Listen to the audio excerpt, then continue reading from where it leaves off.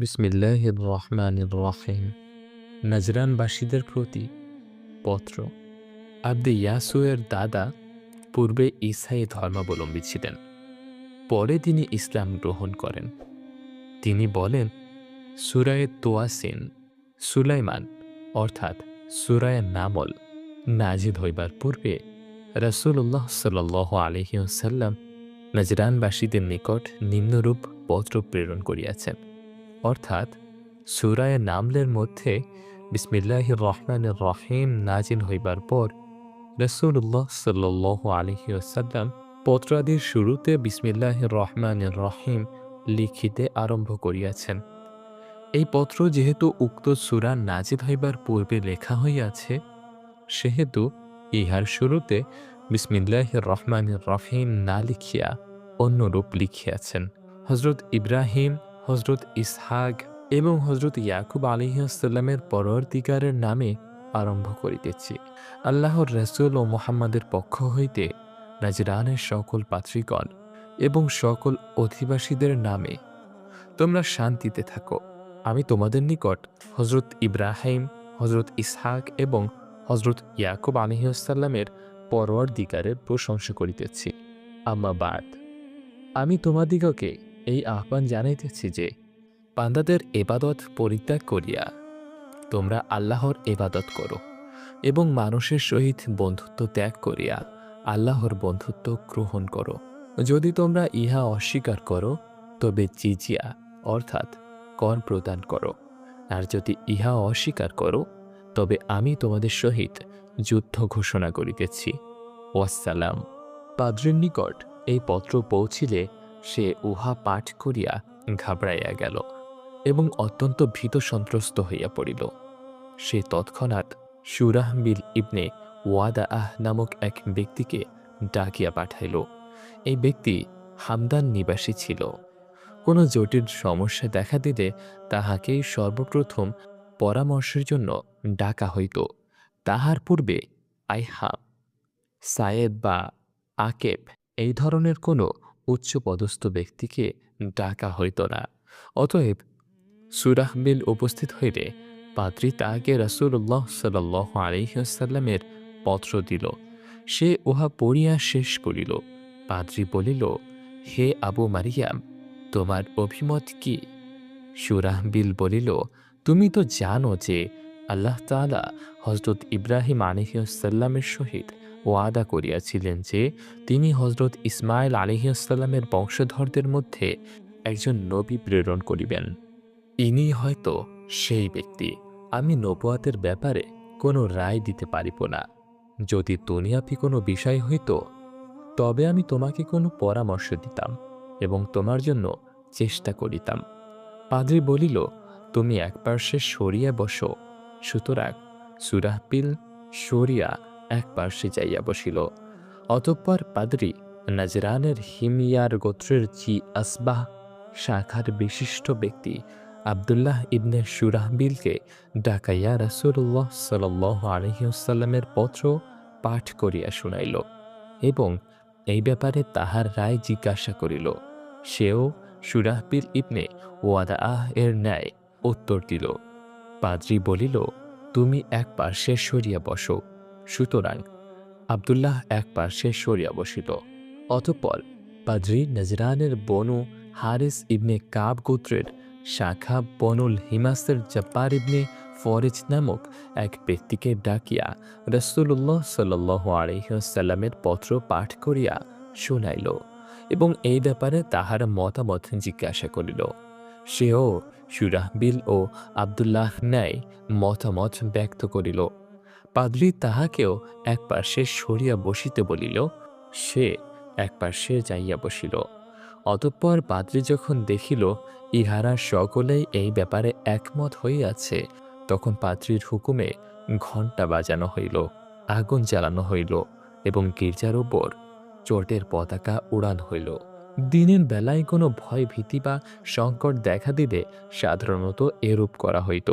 রাত্রিকালে এরূপ পরিস্থিতিতে গির্জায় ঘণ্টা বাজানো হইত এবং আগুন জ্বালানো হইত। গির্জায় ঘণ্টা বাজানো ও আগুন জ্বালাইবার পর নাজরান উপত্যকার সকল লোক গির্জা প্রাঙ্গণে আসিয়া সমবেত হইত। নাজরানের উপত্যকা একজন দ্রুতগামী ঘোড়সওয়ারের একদিনের পথ সমান লম্বা ছিল। উহাতে ৭৩টি গ্রাম এবং সমগ্র উপত্যকায় যুদ্ধবাজ সিপাহীর সংখ্যা ছিল ১,২০,০০০।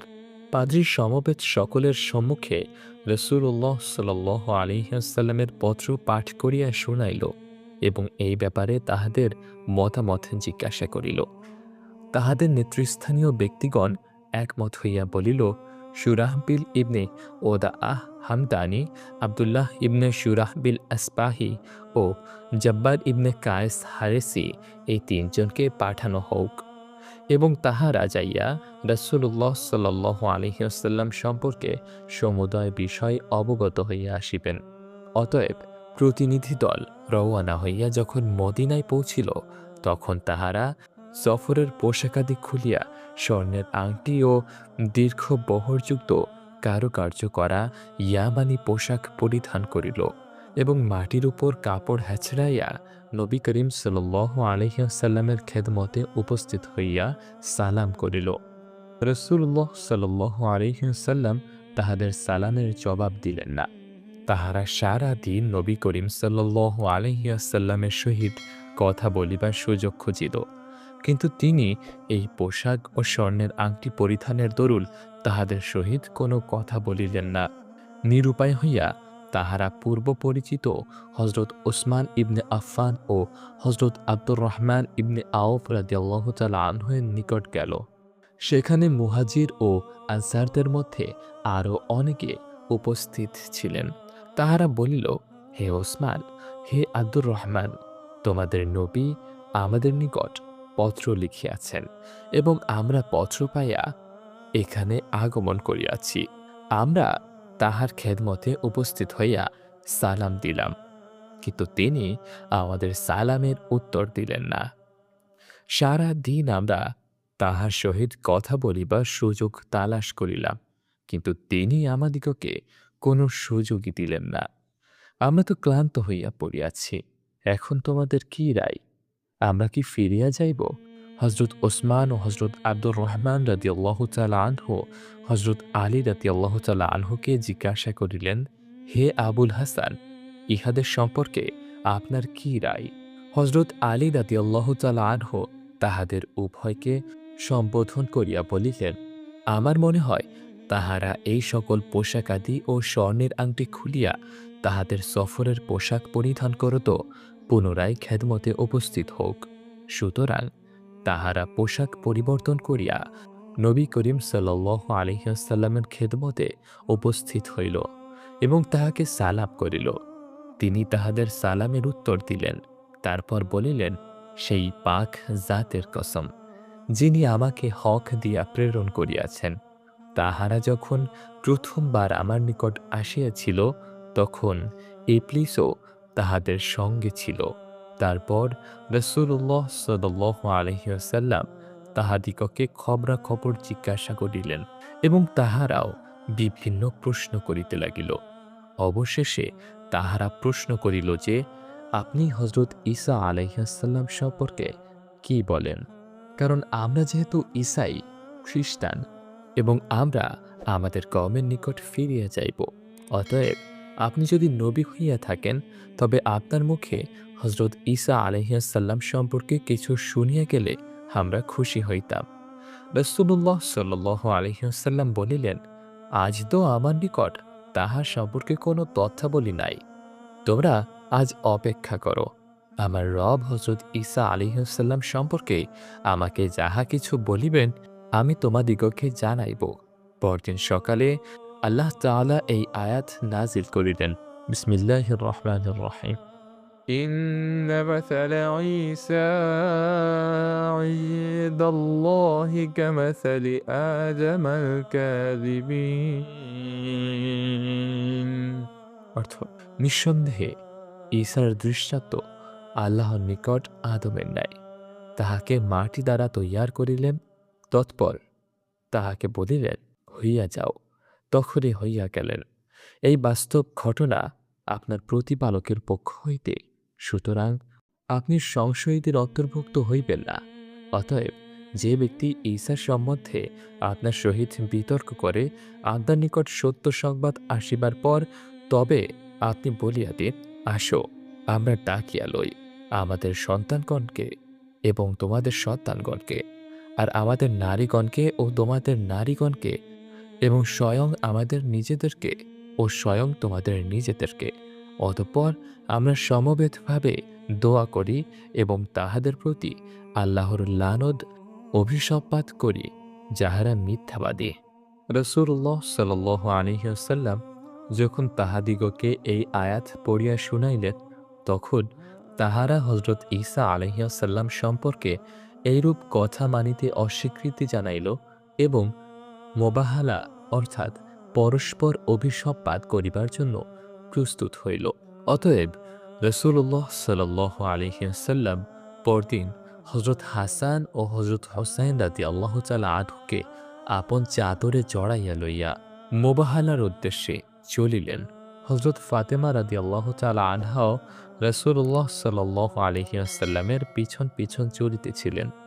তাহার বিবিগণের মধ্যে কাহাকেও এই মোবাহালাতে শরিক করেন নাই। অথচ সেই সময় তাহার একাধিক বিবি ছিলেন। সুরাহবিল এই অবস্থা দেখিয়া তাহার সঙ্গীগণকে বলিল, তোমরা জানো, আমাদের উপত্যকার উপর নিচের সমস্ত লোক যখন কোনো বিষয়ে সমবেত হয়, তখন তাহারা একমাত্র সিদ্ধান্তের উপরই নিশ্চিন্ত হইয়া বাড়িতে ফিরিয়া যায়। খোদার কসম, যদি বাস্তবিক এই ব্যক্তি খেপিয়া যায়, তবে আরব জাতির মধ্যে আমরাই প্রথম তাহার চোখের কাঁটা হইব এবং সর্বপ্রথম আমরাই তাহার বিরুদ্ধাচারী সাব্যস্ত হইব। আর তখন তাহার ও তাহার সঙ্গীতের অন্তর হইতে আমাদের প্রতি এই ক্ষোভ ততক্ষণ দূর হইবে না, যতক্ষণ তাহারা আমাদিগকে সমূলে শেষ করিয়া না দিবে। আর সমগ্র আরবের মধ্যে আমরাই তাহাদের নিকটতম প্রতিবেশী। আর যদি এই ব্যক্তি প্রেরিত নবী হইয়া থাকেন এবং আমরা তাহার সহিত মোবাহালা করি, তবে জমিনের বুকে আমাদের চুল ও নখ কিছুই অবশিষ্ট থাকিবে না, সবই ধ্বংস হইয়া যাইবে। সুরাহবিলের এই বক্তব্য শুনিয়া তাহার সঙ্গীদ্বয় বলিল, হে আবু মারিয়াম, এখন আপনার অভিমত কি? সে বলিল, আমার অভিমত হইল তাহার উপরই ফয়সালার ভার ন্যস্ত করি, কারণ আমার বিশ্বাস এই ব্যক্তি কখনো মাত্রাতিরিক্ত কিছু ফয়সালা করিবেন না। সঙ্গীদ্বয় বলিল, আপনার যেমন ইচ্ছা হয় করুন। অতএব সুরাহবিল রসুল্লাহ সাল্লাল্লাহু আলাইহি ওয়াসাল্লামের সহিত সাক্ষাৎ করিয়া বলিল, আপনার সহিত মোবাহালা অর্থাৎ পরস্পর অভিসম্পাত অপেক্ষা একটি উত্তম পন্থা আমি ভাবিয়া দেখিয়াছি। রসুল্লাহ সাল্লাল্লাহু আলাইহি ওয়াসাল্লাম জিজ্ঞাসা করিলেন, উহা কি? সে বলিল, আমরা আপনার সহিত সন্ধি করিব। অতএব আপনি অর্ধরাত্রি চিন্তা করিয়া আগামীকাল সকাল পর্যন্ত আমাদের ব্যাপারে যে কোনো সিদ্ধান্ত ব্যক্ত করিবেন, আমরা তাহা মানিয়া লইব। রসুল্লাহ সাল্লাল্লাহু আলাইহি ওয়াসাল্লাম বলিলেন, কিন্তু তোমার কওমের লোকেরা যদি উহা না মানে এবং আপত্তি করে? সুরাহবিল বলিল, আপনি আমার সঙ্গীদ্বয়কে জিজ্ঞাসা করিয়া দেখুন। সুতরাং তিনি তাহার সঙ্গীদ্বয়কে জিজ্ঞাসা করিলেন। তাহারা বলিল, আমাদের উপত্যকার সকলেই সুরাহবিদের কথাকে মনে প্রাণে মান্য করিয়া চলে। অতঃপর রাসূলুল্লাহ সাল্লাল্লাহু আলাইহি ওয়াসাল্লাম ফিরিয়া গেলেন এবং মোবাহালা করিলেন না। অবশেষে পরদিন সকালবেলা তাহারা রাসূলুল্লাহ সাল্লাল্লাহু আলাইহি ওয়াসাল্লামের খেদমতে উপস্থিত হইলে তিনি তাহাদিগকে নিম্নরূপ চুক্তিপত্র লিখিয়া দিলেন। বিসমিল্লাহির রহমানির রহিম। ইহা সেই চুক্তিপত্র যাহা আল্লাহর রাসূল নবী করিম সাল্লাল্লাহু আলাইহি ওয়াসাল্লাম নাজরানবাসীদের উদ্দেশ্যে লিখিয়াছেন। তাহাদের ব্যাপারে মুহাম্মদ সাল্লাল্লাহু আলাইহি ওয়াসাল্লামের ফয়সালা এই যে, সকল প্রকার ফল পাকড়, সোনা রূপা ও গোলাম ইত্যাদি সবই তাহাদের নিকট থাকিবে। আর ইহা মুহাম্মদ সাল্লাল্লাহু আলাইহি ওয়াসাল্লামের পক্ষ হইতে তাহাদের প্রতি অনুগ্রহ। তবে এই সকলের বিনিময়ে তাহারা 2000 বস্ত্র জোড়া প্রদান করিবে, 1000 জোড়া প্রত্যেক রজব মাসে এবং 1000 জোড়া প্রত্যেক সফর মাসে প্রদান করিবে। ইমাম বাইহাকি রহমাতুল্লাহি আলাইহ বাকি শর্তসমূহও উল্লেখ করিয়াছেন। আল বিদাহ গ্রন্থে উক্ত শর্তসমূহের পর ইহাও বর্ণিত হইয়াছে যে, অতঃপর হজরত আবু সুফিয়ান ইবনে হারফ, হজরত গাইলান ইবনে আমর, বনু নাজির গোত্রের হজরত মালিক ইবনে আওফ, হজরত আকরা ইবনে হারিস হানজালি ও হজরত মুগীরা রাদিয়াল্লাহু তাআলা আনহুম উক্ত চুক্তিপত্রে সাক্ষী হইলেন। রাসূলুল্লাহ সাল্লাল্লাহু আলাইহি ওয়াসাল্লাম চুক্তিপত্র লিখিয়া তাহাদিগকে দিলেন। তারপর উহা লইয়া নজরানের উদ্দেশ্যে রওয়ানা হইল। তাহারা যখন নজরানে পৌঁছিল, তখন সেখানে পাদ্রীর নিকট আবু আলকামা বশির ইবনে মুআবিয়া নামক একই মায়ের ঘরের তাহার এক চাচাতো ভাই উপস্থিত ছিল। প্রতিনিধি দল রাসূলুল্লাহ সাল্লাল্লাহু আলাইহি ওয়াসাল্লাম কর্তৃক লিখিত চুক্তিপত্র পাদ্রীর নিকট দিল। পাদ্রী ও তাহার ভাই বশির উটের পিঠে পথ চলিতেছিলেন। পাদ্রী আরোহণ অবস্থায় রাসূলুল্লাহ সাল্লাল্লাহু আলাইহি ওয়াসাল্লামের সেই চুক্তিপত্র পাঠ করিতে লাগিলে হঠাৎ বশিরের উট তাহাকে লইয়া হোঁচট খাইয়া পড়িয়া গেল। বশির ইহাতে কোনরূপ ইশারা ইঙ্গিত ব্যতি রেখে সরাসরি রাসূলুল্লাহ সাল্লাল্লাহু আলাইহি ওয়াসাল্লামের স্পষ্ট নাম উচ্চারণ করিয়া বদদোয়া করিল। পাদ্রী বলিল, খোদার কসম, তুমি একজন প্রেরিত নবীকে বদদোয়া করিয়াছ। বশির পাদ্রীর মুখে এই কথা শুনিয়া বলিয়া উঠিল, যদি সত্যি তিনি নবী ও রাসূল হইয়া থাকেন, তবে খোদার কসম, আল্লাহর রাসূলের খেদমতে উপস্থিত হওয়ার পূর্বে আমি আমার উটের পিঠে বাঁধা হাওদার একটা গিরাও খুলব না। এই বলিয়া সে তাহার উটের মুখ মদিনার দিকে ঘুরাইয়া দিল। পাদ্রীও আপন উটের মুখ তাহার দিকে ঘুরাইল এবং বলিল, তুমি আমার কথার অর্থ তো বুঝিতে চেষ্টা করো। আমার এই কথা বলার উদ্দেশ্য এই ছিল যে, আমার কথাটা আরব মুসলমানদের নিকট পৌঁছিয়া যাক, কারণ আমার ভয় হইতেছিল যে তাহারা আবার এমন না করে যে আমরা তাহার নবুয়াতকে অস্বীকার করিয়া তাহার প্রাপ্য হক বা মর্যাদা কাড়িয়া লইয়াছি। তুমি কি মনে করো যে আমরা তাহার এই নবুয়তের দাবিকে সন্তুষ্ট চিত্তে মানিয়া লইয়াছে? আর সমগ্র আরব অমুসলমানগণ যে ব্যাপারে নতি স্বীকার করে নাই, আমরা কি সেই বিষয়ে এই ব্যক্তির সম্মুখে নতি স্বীকার করিয়াছি? অথচ আমরা সমগ্র আরব অমুসলমান অপেক্ষা মর্যাদায় ও ঘর বসতি হিসাবে অনেক বেশি। বশির বলিল, না, খোদার কসম, তোমার মস্তিষ্ক হইতে নির্গত এখনকার এই কথা আমি কখনো মানিব না। অতঃপর সে পাদ্রীকে পিছনে ফেলিয়া তাহার উটকে জোরে হাঁকাইল এবং এই কবিতা আবৃত্তি করিতে লাগিল। ইলাইকা তাগলু কলিলান ওয়া যিনুহা মু'তারিদা ফি বাতনিহা খানিনুহা মুখালিফান দীনাত নাসারা দীনুহা। অর্থ, ইয়া রাসূলুল্লাহ, আমার এই উট আপনারই দিকে অগ্রসর হইতেছে। দ্রুত গতিতে চলার তরুণ উহার লাগাম দুলিতেছে এবং উহার পেটে বাচ্চা আড় হইয়া পড়িয়া আছে। উহার আরোহীর দিন নাসারাদের দিনের বিপরীত হইয়া গিয়াছে। অবশেষে তিনি রাসূলুল্লাহ সাল্লাল্লাহু আলাইহি ওয়াসাল্লামের খেদমতে উপস্থিত হইয়া ইসলাম গ্রহণ করিলেন। জীবনের শেষ দিন পর্যন্ত তিনি রাসূলুল্লাহ সাল্লাল্লাহু আলাইহি ওয়াসাল্লামের সাহচর্যে ছিলেন এবং পরবর্তীতে তিনি কোনো এক যুদ্ধে শাহাদাত বরণ করেন। বর্ণনাকারী বলেন, নজরানের সেই প্রতিনিধি দল ইবনে আবি শিমার জাবিতি সন্ন্যাসীর নিকট পৌঁছিল। সন্ন্যাসী তাহার গির্জার উপর ইবাদতখানায় ছিল। প্রতিনিধি দল তাহাকে বলিল, তেহামা অর্থাৎ মক্কা ও তৎপার্শ্ববর্তী এলাকায় একজন নবী প্রেরিত হইয়াছে। অতঃপর তাহাদের নজরানবাসীদের পক্ষ হইতে রাসূলুল্লাহ সাল্লাল্লাহু আলাইহি ওয়াসাল্লামের খেদমতে উপস্থিত হওয়া এবং তাহার পক্ষ হইতে মুবাহালার প্রস্তাব ও তাহাদের উহাতে অস্বীকৃতি এবং বশির ইবনে মুআবিয়ার ইসলাম গ্রহণ ইত্যাদি সকল ঘটনা তাহার নিকট ব্যক্ত করিল।